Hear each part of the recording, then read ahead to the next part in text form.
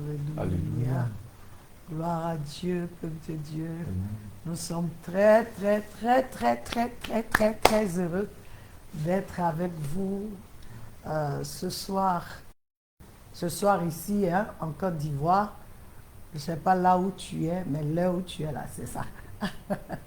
Nous sommes heureux de nous trouver ici en ce dernier mardi de l'année 2025. Quelle grâce! Quelle grâce!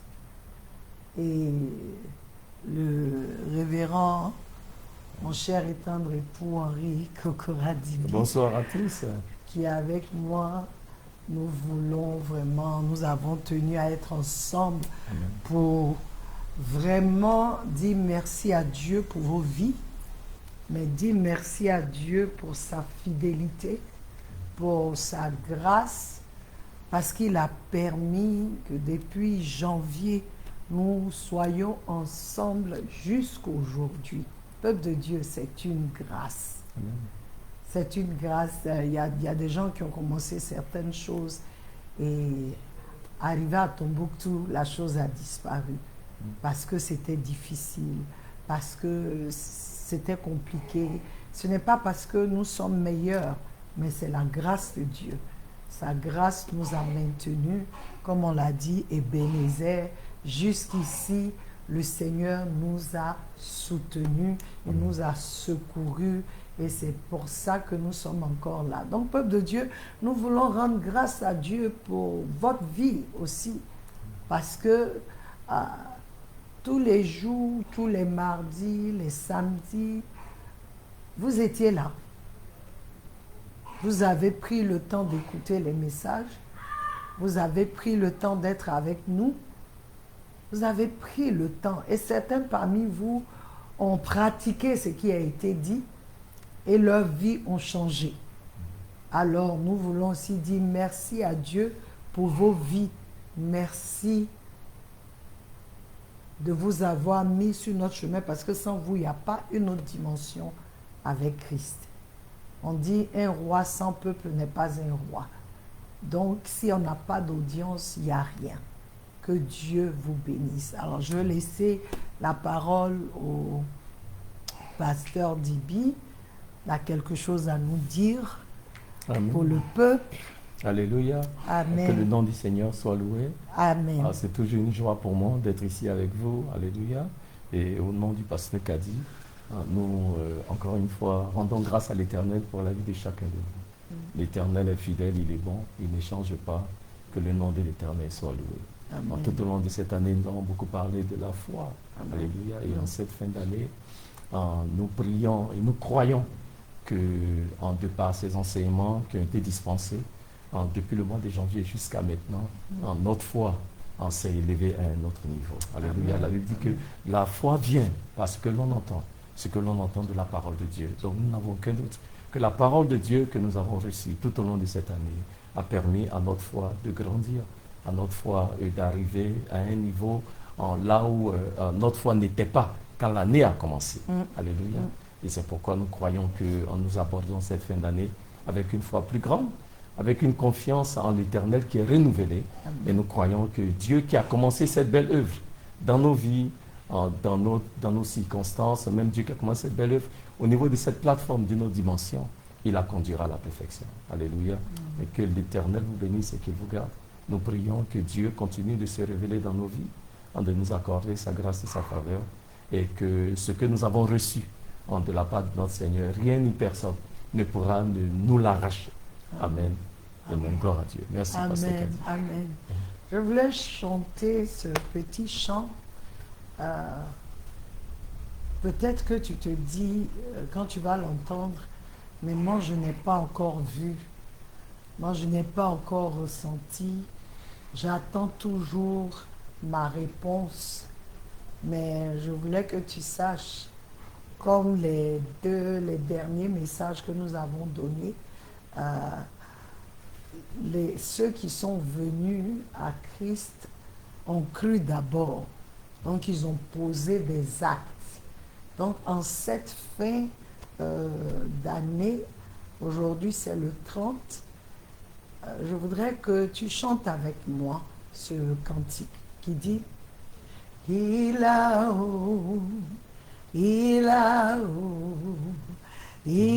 redonné la vie à mon âme après tant d'années de souffrance. Il a redonné la vie à mon âme. Il a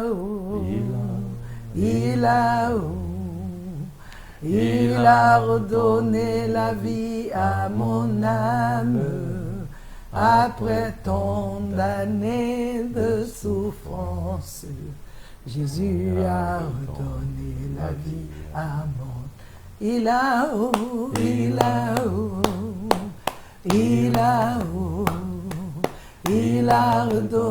la vie à mon âme après tant d'années de souffrance.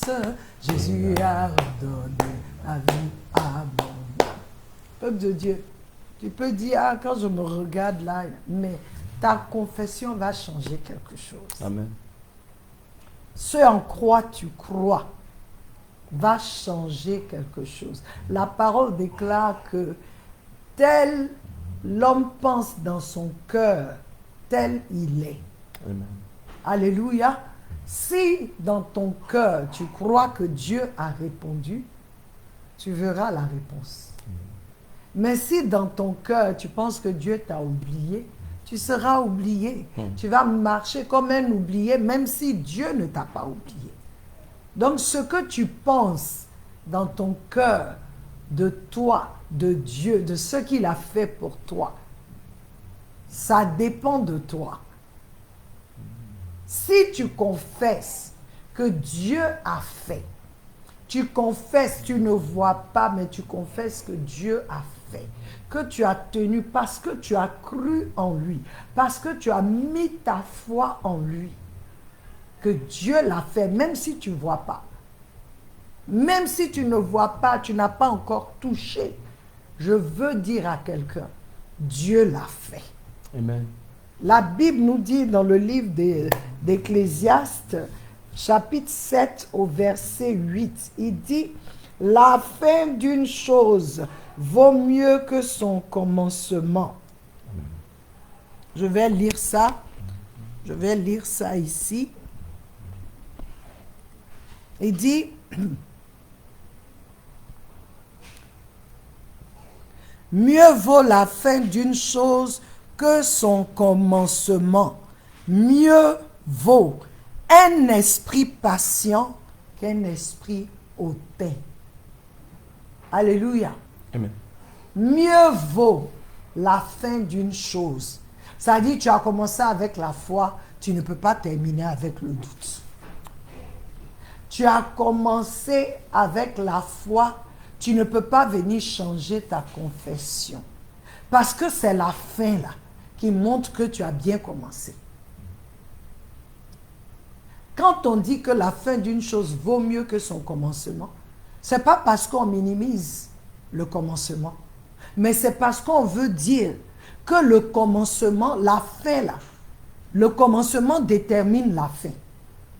Comment est-ce que tu t'es préparé? Comment est-ce que tu as cru? Parce que tu as mis tous tes efforts, tu as fait ce qu'il fallait. Mais à la fin, ça vaut mieux parce qu'à la fin, c'est le résultat. À la fin, c'est ce que tu as demandé. C'est ce pourquoi tu as jeûné et prié. C'est ce pourquoi tu as passé ton temps devant Dieu. C'est ce pourquoi tu n'as pas lâché la robe du Seigneur. La fin d'une chose vaut mieux que son commencement. Le commencement de cette femme qui avait les problèmes de sang pendant 12 ans, son commencement, c'est qu'elle a entendu que Jésus était là. Son commencement, c'est qu'elle a décidé dans son cœur. Elle a cru qu'il peut faire, qu'il est capable, parce qu'elle a eu des témoignages. Elle a entendu des témoignages. Donc, elle s'est dit, je ne vais pas, quand il va arriver, je n'irai pas lui demander quelque chose. Moi, je décide de le toucher. La fin de cette femme, quand elle a touché, elle s'est préparée. Quand elle a fait, sa fin, c'était la guérison. sa fin. C'était ce résultat qu'elle voulait dans toute la démarche qu'elle a faite. Donc je viens dire à quelqu'un, la fin d'une chose vaut mieux que son commencement parce qu'il y a un résultat. Il y a un résultat de ta foi. Tu te dis, mais j'ai cru jusqu'à aujourd'hui. Aujourd'hui, c'est le 30. Demain, c'est le 31. Est-ce que Dieu peut? Je veux te dire qu'un jour devant Dieu, un jour, ça peut être 1000 ans. 1000 ans, c'est un jour. Le prophète Élisée a dit, demain, à pareille heure, la situation va changer. Et celui sur lequel le roi se tient s'appuie, il a dit, même si les cieux s'ouvraient. Et Élisée lui a dit, tu verras de tes yeux, mais tu ne vas pas profiter. Peuple de Dieu, ne regarde pas le 30, le 31 pour dire que Dieu ne t'a pas répondu. Dieu n'agit pas comme les hommes. Dieu n'est pas comme les hommes. Il est le maître des temps et des circonstances. Il est celui qui change le temps. Il est celui qui peut actuellement, pour quelqu'un, il peut nous ramener à midi. Pour quelqu'un seul, il peut faire quelque chose.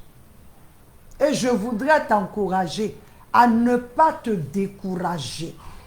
Tu dois dire, la fin d'une chose vaut mieux que le commencement. Et parce que j'ai bien commencé dans la foi, j'ai l'assurance que ça va bien se terminer. J'ai l'assurance que le Seigneur va faire. J'ai l'assurance qu'il a déjà fait.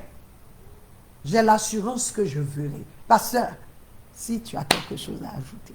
Alléluia. La Bible dit dans le psaume 126, au verset 5, que ceux qui moissonnent dans les pleurs, ceux qui sèment dans les pleurs vont moissonner avec joie. Alléluia. La Bible dit dans le livre de Genèse chapitre 8 au verset 22, aussi longtemps qu'il aura le jour et la nuit, il aura toujours un temps de la semaille et un temps de la moisson. Alléluia.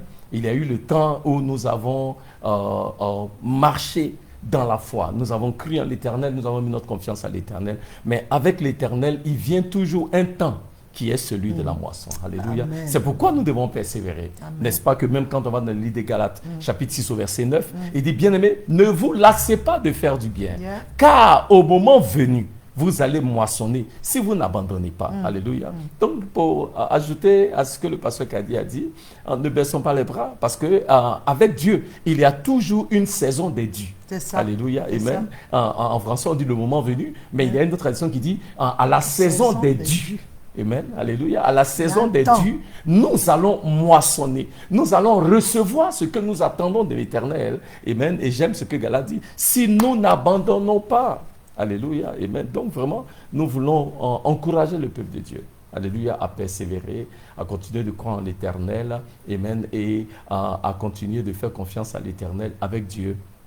Il y a toujours une saison que l'Éternel a ordonné, amen, et le moment venu, Dieu va certainement se manifester. Je finirai en disant ceci. Job a dit, dans le livre de Job, chapitre 19, verset 25, il dit, je sais que mon Rédempteur est vivant et qu'il s'élèvera pour moi quand le dernier. Alléluia. Amen. Job a compris qu'avec toute la maladie, toutes les oppositions, toute l'affliction qu'il connaissait, les problèmes auxquels il était confronté, Job avait toujours cette assurance-là qu'avec Dieu, il s'élève toujours le dernier. Oui. Alléluia. Amen. Il agira toujours. Amen. Je vais encore lire le psaume 126, 5 qui dit « Ceux qui sèment avec larmes moissonneront dans la joie. » Le verset 6. « Celui qui va et pleure, portant la précieuse sémence, reviendra en se réjouissant, en portant ses gerbes avec lui. » Alléluia. Il dit, celui qui va et pleure, mais il ne s'arrête pas là. Il va et pleure, mais qu'est-ce qui fait la différence? Il porte en lui la précieuse sémence. Amen. Alléluia. Parce que la précieuse sémence est là.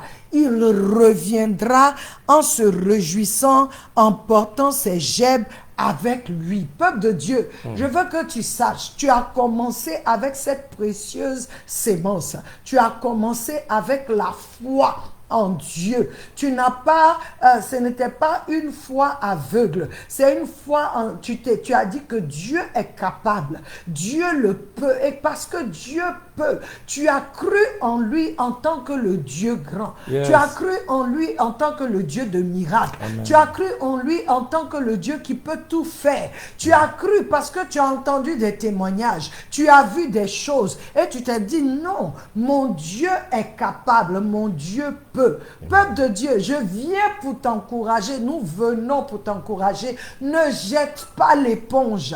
Que cette fin-là, parce que tu portais la sémence, la précieuse sémence, forcément, tu viendras avec des gemmes. Amen.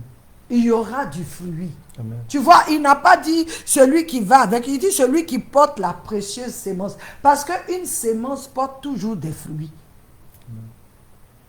Quand le laboureur va, le cultivateur, le planteur, quand il laboure sa terre et que maintenant le temps de la sémence, il y a du travail, ils font du travail, ils sèment, ils doivent faire des choses, ils le font et puis il attend.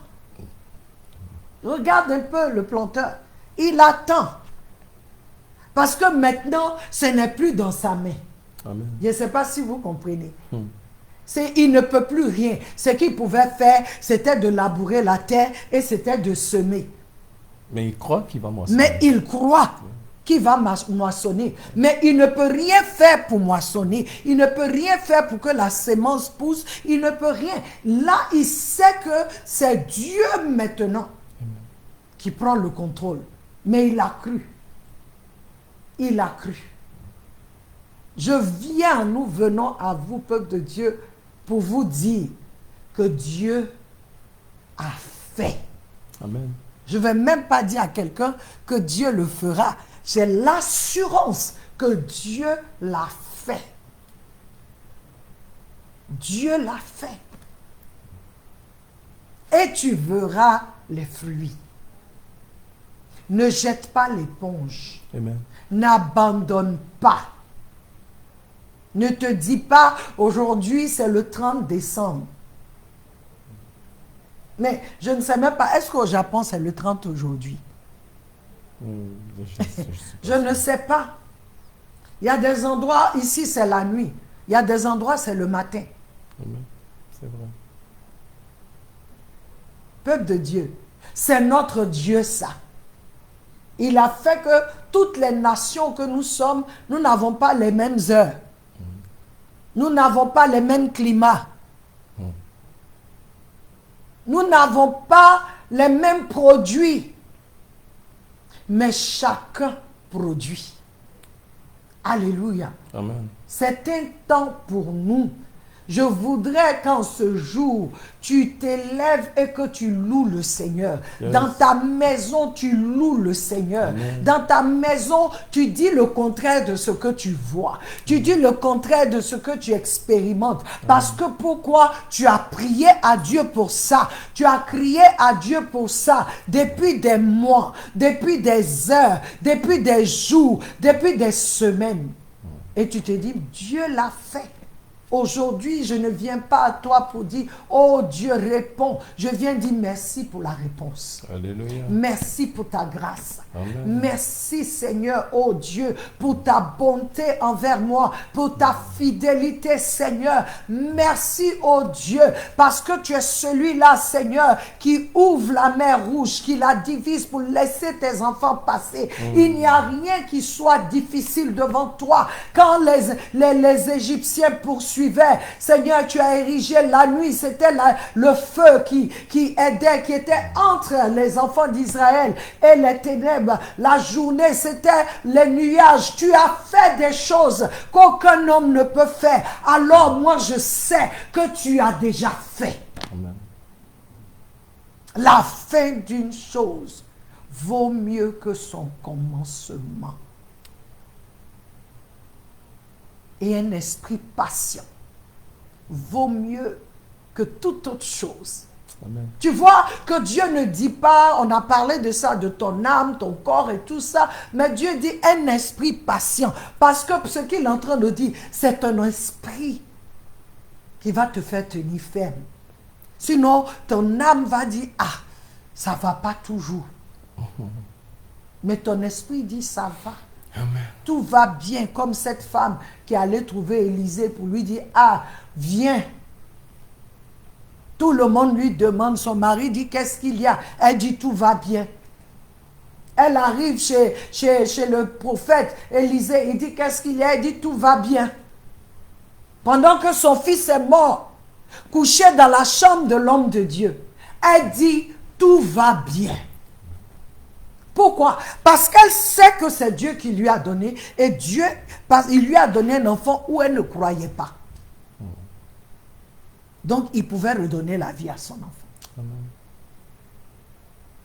La Bible nous parle encore d'Abraham. Quand Dieu lui a dit, offre-moi ton fils en sacrifice, le seul, l'unique, celui que tu aimes.